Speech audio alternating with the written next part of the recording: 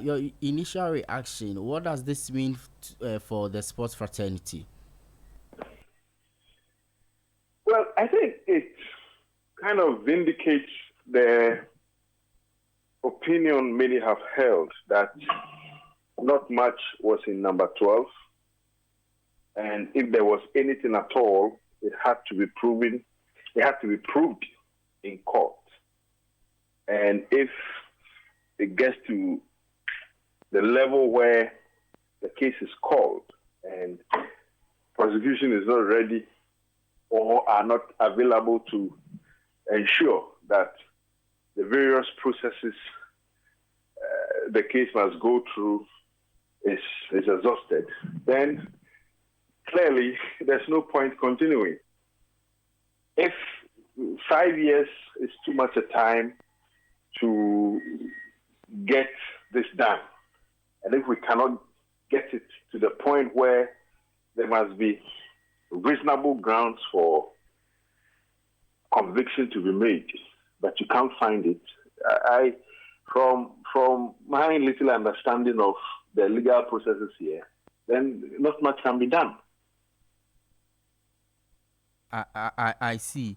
But then also, if you look at how the case has traveled, do you think that it sends proper signals when it comes to matters of football and law? Because it's traveled for all these years and you have not been able to see a proper resolution of it.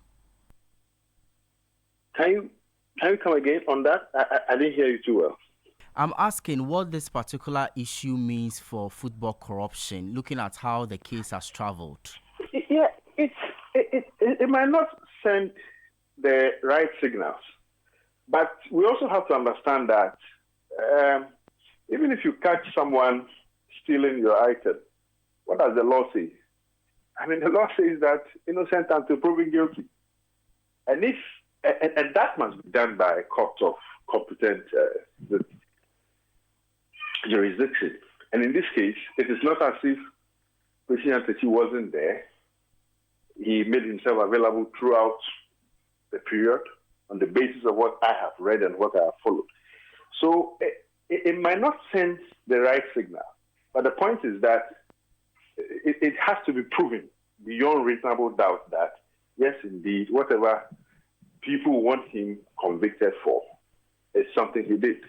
And if you cannot prove that, going through the various judicial processes, the court has every right to do what they have done. So, yes, you might say, or people might say, this is not the best for fighting football corruption, but in the strict sense of the word, you have to go through the processes and get a conviction without reasonable doubt. And if that cannot be done, clearly the court will have to take a decision, and that is what they have done.